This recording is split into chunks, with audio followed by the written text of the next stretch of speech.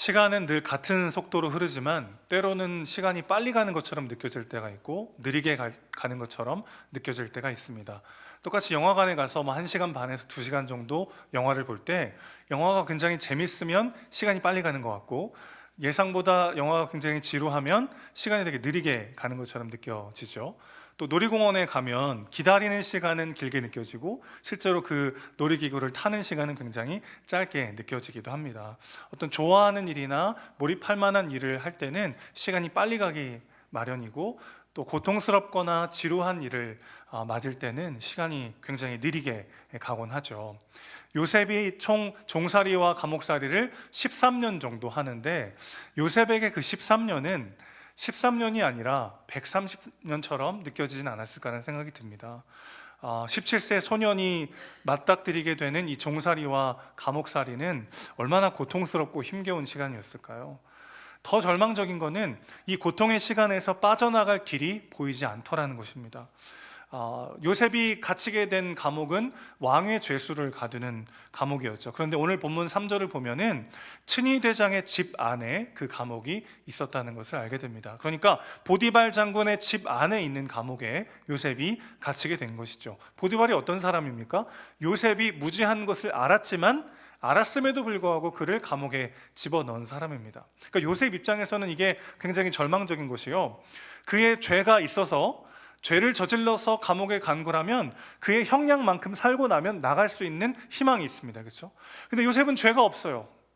그 죄 없는 요셉을 감옥에 집어넣기 때문에 언제 나갈지 알 수가 없는 상황인 겁니다. 그가 당하고 있는 고통의 끝이 언제인지를 알 수가 없고, 그가 왜 이런 고난을 당해야 되는지 이 의미를 알 수 없는 고통의 시간이 계속되고 있는 것이죠.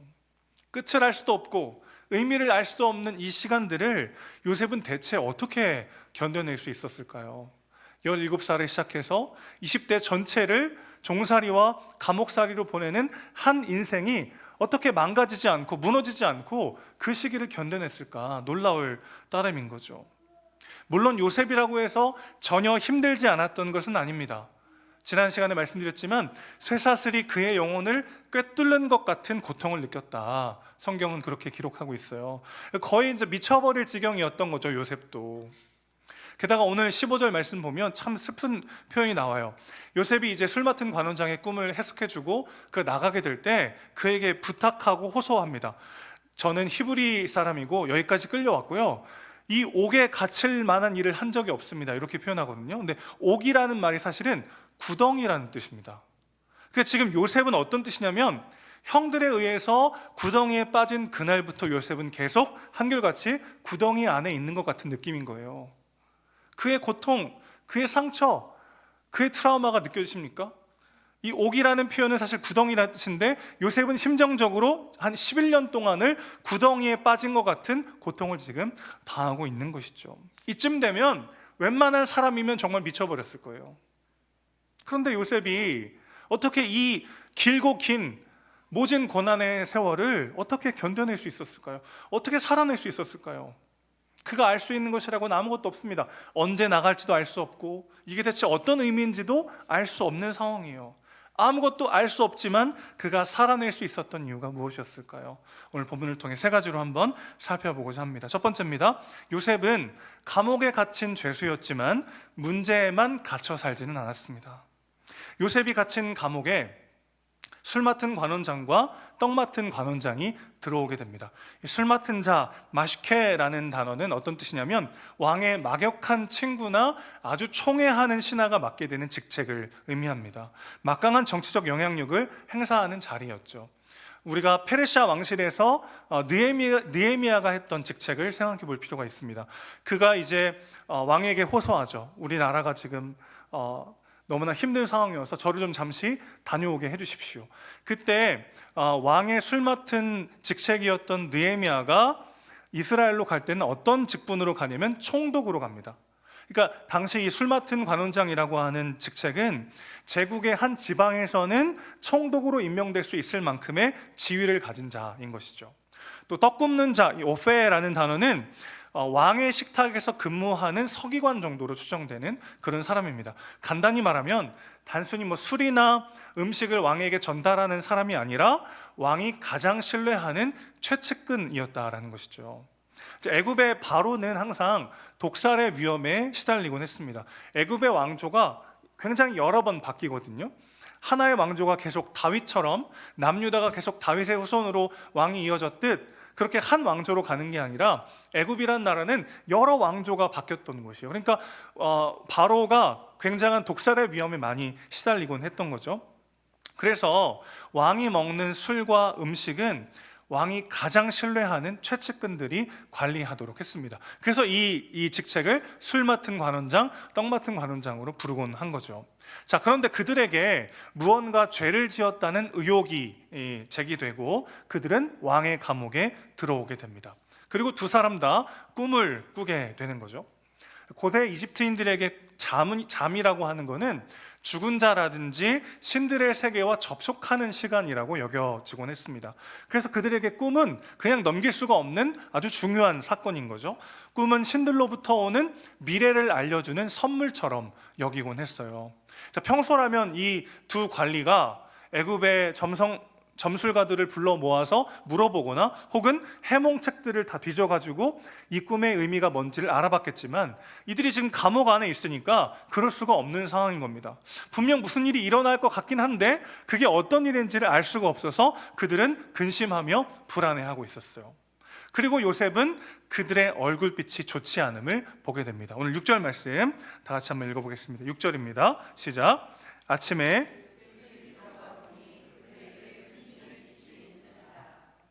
우리가 주목하고자 하는 건 바로 여기에요.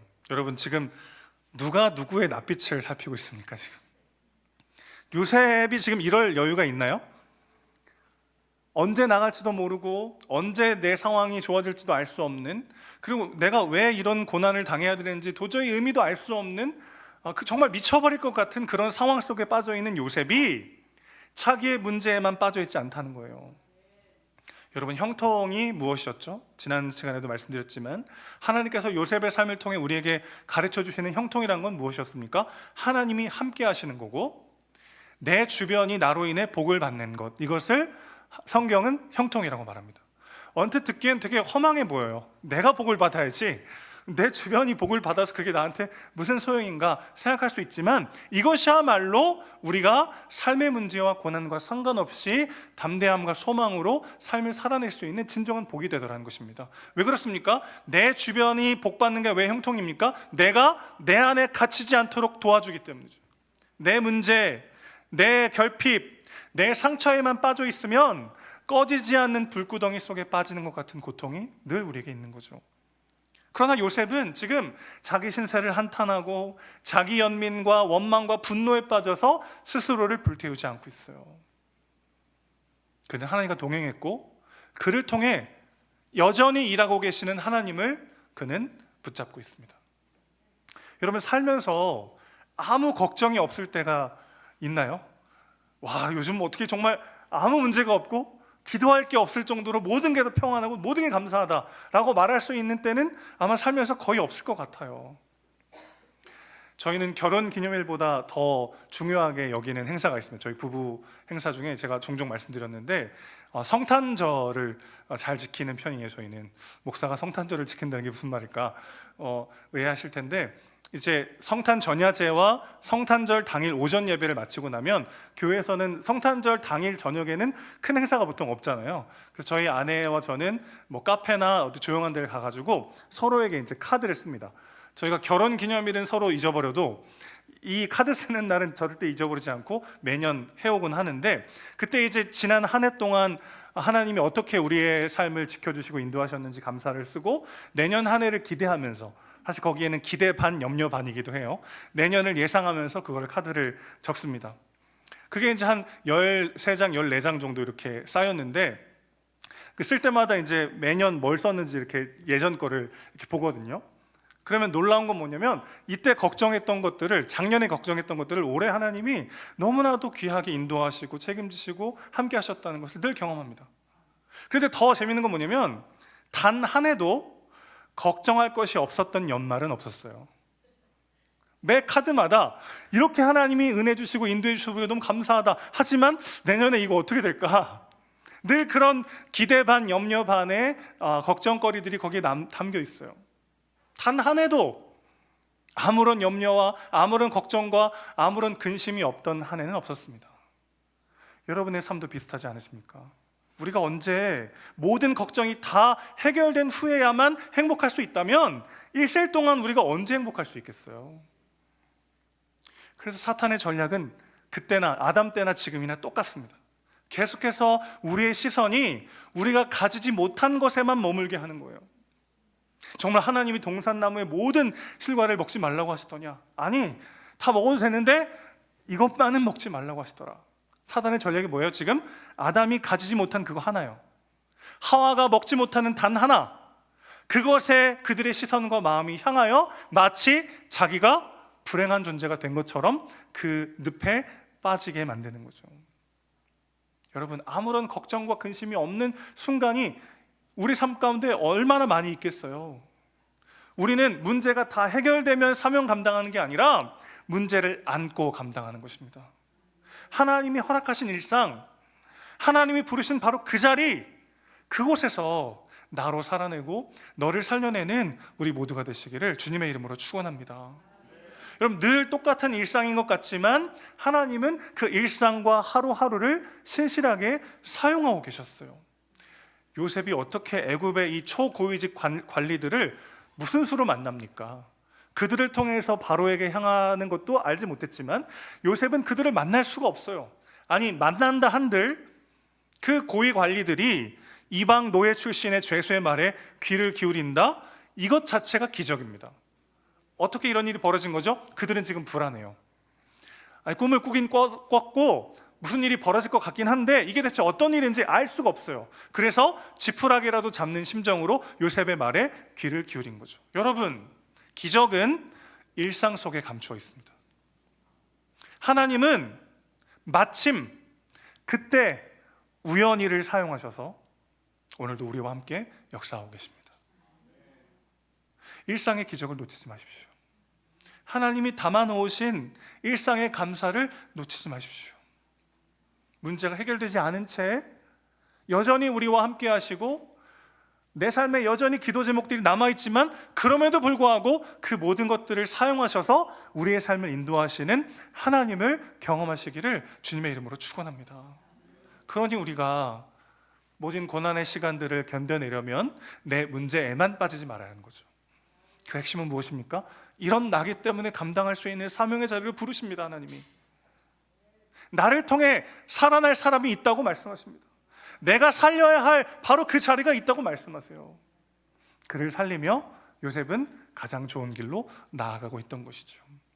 문제가 다 해결되면 주님, 내가 오늘을 감사함으로 살겠습니다가 아니라 그 문제와 함께 그 문제를 안고 하나님과 동행하는 것이죠. 그렇게 내 상처, 내 문제, 내 결핍에만 빠져있는 삶이 아니라 그것을 안고 그 모습 그대로 나를 용납하시고 사랑하시고 사용하시는 하나님을 경험하는 우리 모두가 되시기를 주님의 이름으로 축원합니다. 두 번째입니다. 요셉이 아무것도 알 수 없었지만 살아낼 수 있었던 이유는 무엇인가요? 그가 삶의 모든 해석을 하나님께 맡겼기 때문이죠. 자, 8절 말씀을 다시 보십시오. 두 관원장이 우리의 꿈을 해몽할 자가 없다 이렇게 얘기하니까 요셉이 뭐라고 말합니까? 해석은 하나님께 있지 아니합니까? 여러분, 이거는 단순히 하나님이 좋은 해몽가라는 뜻이 아닙니다. 요셉은 자기 삶의 의미에 대한 모든 해석을 하나님께 내어 맡기고 있어요. 우리는 우리 삶에 일어나는 모든 일을 다 온전히 이해하기에는 너무나 부족한 존재들이죠. 여러분, 오늘 술 맡은 관원장과 떡 맡은 관원장이 꾼 꿈이 막 그렇게 해석 못할 정도로 어렵게 느껴지십니까? 사실은 간단한 거잖아요. 그들의 꿈을 잘 보면은 술 맡은 관원장에는 뭔가 좀 좋은 일이 일어날 것 같고 떡 맡은 관원장에게는 좀 안 좋은 일이 있을 수 있을 것 같다. 누구나 다 사실 알 수 있는 간단한 꿈이에요. 답을 알고 나면 너무 쉬워서 허무할 때가 있습니다. 너무 깊이 생각하고 너무 어렵게 생각해서 간단한 답을 못 찾을 때가 있어요. 그러나 그게 우리의 삶 아닙니까? 내일일 때는 이게 단순하지가 않아요. 제3자로 그냥 마음 편히 볼 때는 답이 보이는데 그게 내일이 됐을 때는 이게 쉽게 답을 내리기가 어려워요. 간단한 문제도 너무 깊고 어렵게 생각하느라 답을 찾지 못할 때가 있어요. 답이 어려워서 너무 어려워서 못 찾거나 너무 어렵게 생각해서 쉬운 답을 못 찾거나 어느 쪽이든 사실 우리는 우리 삶에 온전한 답을 찾고 내 삶의 의미를 다 알기에는 한없이 부족한 존재들인 것이죠. 그래서예요. 그래서 우리 삶의 모든 해석을 하나님께 맡기셔야 합니다. 요셉은 지금 술 맡은 관원장에게도 떡 맡은 관원장에게도 하기 어려운 말을 하고 있어요. 술 맡은 관원장은 복직될 것이니까 그것 자체는 어려울 게 없는 말이지만 그에게 처음으로 자신의 무죄를 이야기하고 있습니다. 나를 생각하고 은혜를 베풀어 달라고 이 술 맡은 관원장이 부탁하고 있어요. 사실 여러분 이건 굉장히 위험한 발언입니다. 왜냐하면 요셉이 지금 죄가 있어서 여기 있는 게 아니라 그게 은폐되어 여기 있잖아요. 그게 밝혀지면 누구에게 해가 되죠? 보디발 장군에게 해가 될 수밖에 없어요. 그래서 요셉은 지금까지 철저히 침묵하고 있었습니다. 그런데 하나님이 요셉에게 깨닫게 하신 바로 그대로 이루실 것이라는 것을 확신했기 때문에 요셉은 처음으로 용기 내어 술 맡은 관원장에게 자기에게 은혜를 베풀어 달라고 이야기할 수 있었던 거죠. 반대로 떡 맡은 관원장에게 이 하기 너무 어려운 말이잖아요. 3일 후에 당신이 죽을 거다. 같이 내가 옆에서 섬기고 함께했던 그 사람에게 당신이 3일 후에 죽을 거다라고 말한다는 건 또 얼마나 어려운 일입니까? 이 또한 하나님이 하실 것을 믿었기 때문에 그는 담대히 이야기할 수 있었던 거죠. 그가 아무것도 알 수 없었지만 살 수 있었던 이유는 뭡니까? 그 삶의 모든 의미의 해석을 하나님께 맡겼기 때문이죠. 그는 함부로 결론 내리지 않았어요. 이때쯤 되면 하나님이 역사하실 거야. 이 고난의 의미를 이쯤 되면 나는 알 수 있을 거야. 그가 함부로 결론 내리거나 해석하지 않았습니다. 여러분, 만약에 요셉이 자기만의 희망에 부풀어서 그 희망을 안고 살았다면 끊임없이 절망할 수밖에 없었을 거예요. 그는 형들에게 팔려가서 보디발 장군의 집에 갑니다. 다행히 자유롭고 좋은 주인을 만나서 거기서 인정받고 모든 집안의 모든 일들을 관리하게 됐어요. 정말 내가 이때를 위해서 집에서는 형들에게 맨날 눈칫밥 먹고 살았는데 하나님이 나를 여기 이렇게 좋은 자리를 인도하기 위해서 이 고난을 허락하셨구나. 이제부터 내 인생에 해가 뜰 거고 이제부터 내 인생이 정말 괜찮아지겠구나. 만약에 그렇게 생각했다면 그가 말도 안 되는 누명을 쓰고 감옥에 갔을 때 그 고난을 어떻게 견딜 수 있었겠습니까? 그래, 내가 여기서 조금만 더 열심히 하면 언젠가 하나님이 나를 도와주실 거야. 이제는 좋아지겠지. 이제는 하나님 일하실 거야. 자기만의 기대와 기한을 가지고 나의 삶의 의미를 해석하기 시작한다면 그것이야말로 우리를 더 비참하게 만드는 거죠.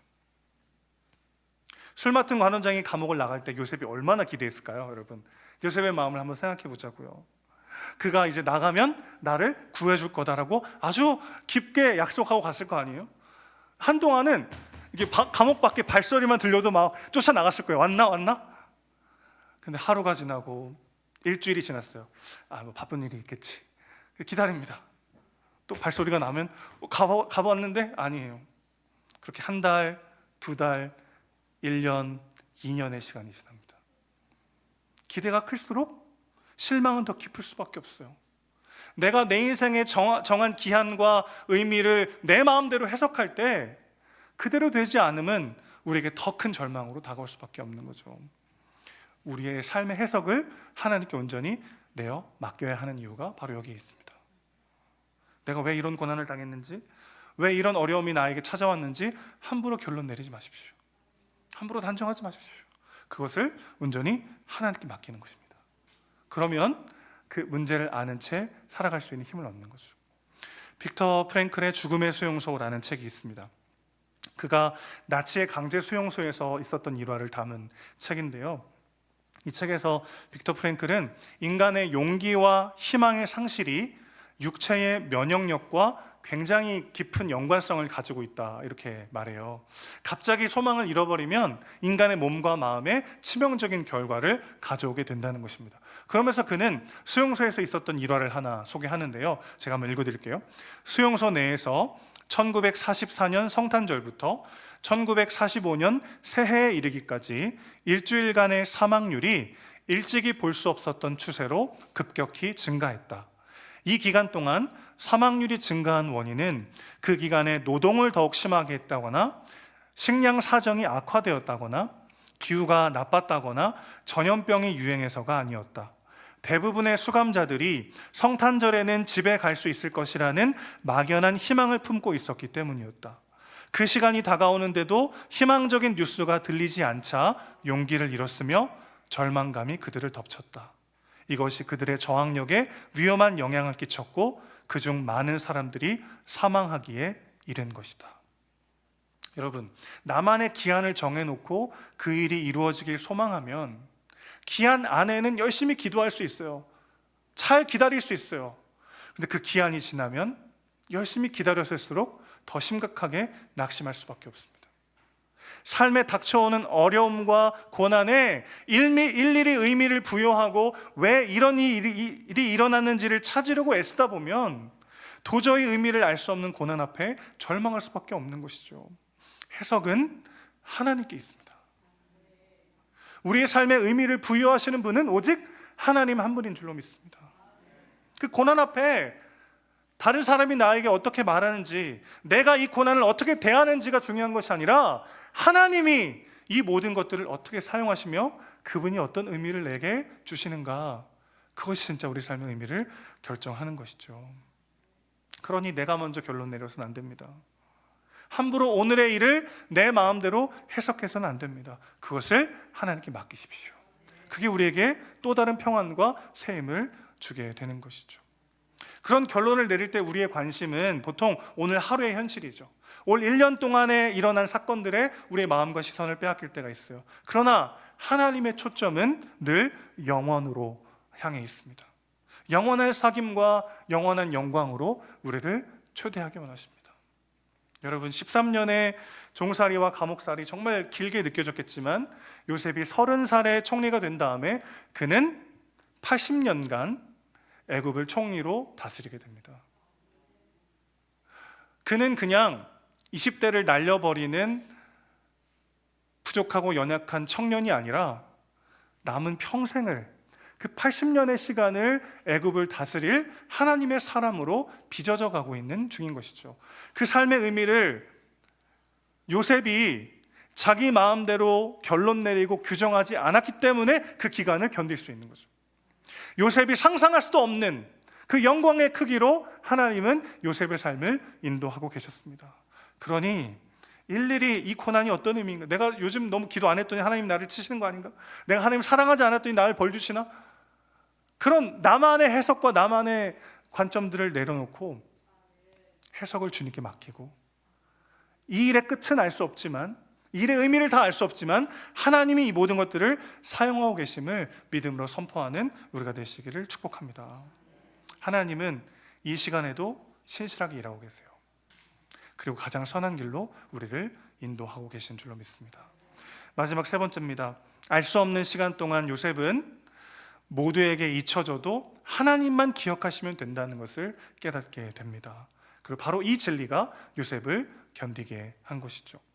술 맡은 관원장은 감옥에 나간 뒤에 요셉을 새카맣게 잊어버리고 맙니다. 어떻게 이럴 수가 있죠?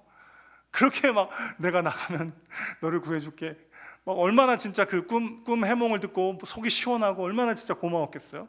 그런데 2년의 시간이 다 되도록 이 술 맡은 관원장은 요셉을 새카맣게 잊어버리고 말죠.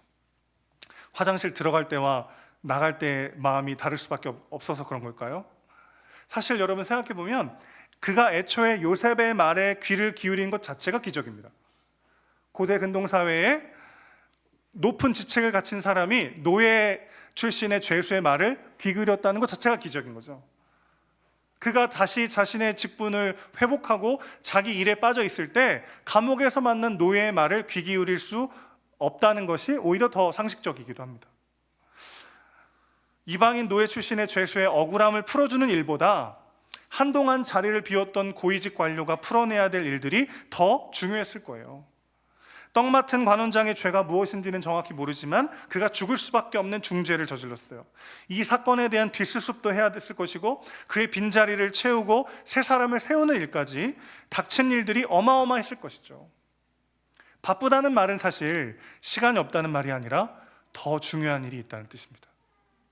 그에게 있어서 시간이 없었던 건 아니에요. 다만 더 중요한 일이 있었을 뿐이죠. 그리고 그 일들은 요셉을 잊기에 충분했습니다. 여러분, 이게 사람이죠. 이게 저마다의 삶의 짐을 지고 사느라 서로를 잊고 살기 쉬운 연약한 인간의 모습 아니겠습니까? 그러니 사람은 사랑할 대상이지 의지할 대상이 되지 않는 거죠. 누군가에게 너무 큰 서운함을 느낀다면 그 사람을 너무 많이 의지했기 때문일 수도 있습니다. 그러나 그 누구도 우리를 온전히 기억해주고 함께해주고 만족시켜줄 사람은 지구상에 존재하지 않아요. 하나님은 이 감옥에서의 마지막 시간 동안 요셉에게 철저히 하나님만 의지하는 삶이 무엇인지를 가르치십니다. 그리고 이것이 요셉이 이후 80년 동안 애굽을 총리로 다스리면서 변질되거나 흔들리지 않았던 이유이기도 하죠. 그가 숱한 주변의 공격과 실수를 범하는 여러 가지 사람들에 둘러싸였겠지만 80년의 시간 동안 좌로나 우로나 치우치지 않고 그의 마지막 생애까지 존경받는 총리로 그 직을 감당할 수 있었던 것은 그가 하나님 한 분만으로 충분하다는 것, 그분만을 의지하는 삶이 진정한 삶의 형통이라는 것을 뼈저리게 배웠기 때문이죠. 하나님은 이렇게 요셉의 고통의 시간을 사용하고 계셨습니다. 모두에게 잊혀졌지만 그는 하나님께 기억되는 삶을 살게 되었고 그 삶이 주는 진짜 형통을 받아들이게 된 것이죠. 그리고 2년 뒤에 바로가 꿈을 꾸게 됩니다. 여러분, 요셉에게는 이 2년의 기다림이 너무 필요했죠. 그 전에 만약에 술 맡은 관원장이 생각이 나가지고 맞다, 요셉, 만약에 요셉을 감옥에서 꺼내주고 그가 자유의 몸이 됐다면 모두가 다 죽는 겁니다.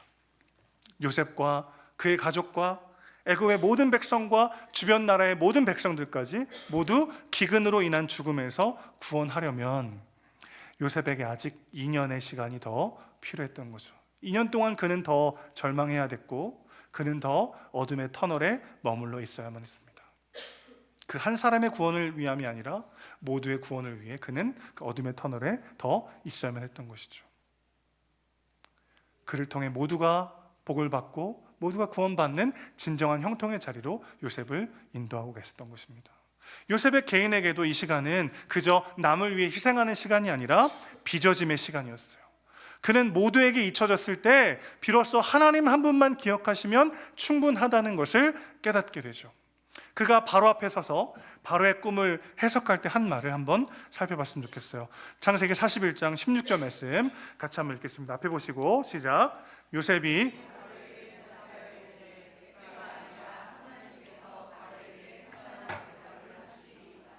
내가 아니라 하나님께서 바로에게 편안한 대답을 하시리라 이렇게 되어 있는데 직역을 해보면 이런 뜻입니다. 제가 아닙니다. 하나님이 샬롬을 말씀하실 것입니다. 바로에게 이렇게 기록되어 있어요. 샬롬이란 말 요셉에게 굉장히 특별한 표현이죠.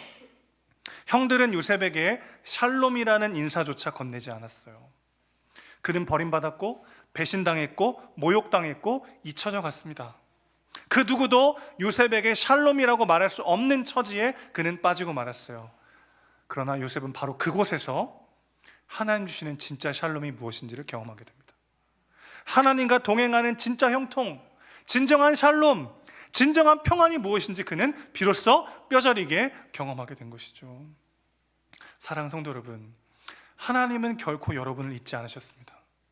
아무도 내 마음을 몰라주고 의지하고 사랑했던 사람에게 인정받지 못하고 잊혀져 간다 할지라도 하나님은 결코 나를 잊지 않으십니다. 이사야 49장 15절 말씀이에요. 여인이 어찌 그 젖 먹는 자식을 잊겠으며 자기 태에서 난 아들을 긍휼히 여기지 않겠느냐. 그들은 혹시 잊을지라도 나는 너를 잊지 아니할 것이라.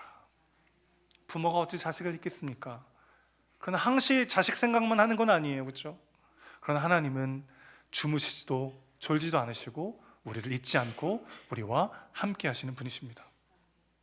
의미를 알 수 없고 언제 끝날지 모르는 고난 앞에 그분이 나를 잊지 않으셨다는 것을 기억하십시오. 사랑하지 않으셔서 이 고난을 허락하신 것이 아닙니다. 나를 잊어버리셔서 내게 이런 시련이 계속되는 것이 아닙니다. 너무나 사랑하셔서 그분은 우리와 같이 되시기를 선택하셨죠. 우리가 없는 천국을 상상하실 수가 없어서 그분이 직접 우리에게 오셨습니다. 부모가 나를 잃는다 할지라도 우리 아버지이신 그 하나님은 우리를 잊지 않으십니다. 언제 끝날지, 무슨 의미인지 알 수 없는 기간을 살고 계십니까? 주님이 나를 기억하시며 나와 함께 하신다는 것을 기억하십시오. 여전히 나와 함께 하신 주님을 붙잡으십시오. 그럴 때 상황과 현실과 나의 마음과 상관없이 담대히 오늘 하루를 살아낼 수 있는 또 다른 새 힘을, 진정한 형통을 누리는 복된 삶이 될 줄로 믿습니다. 그런 삶을 살아가는 저 여러분 되시기를 주님의 이름으로 축복합니다.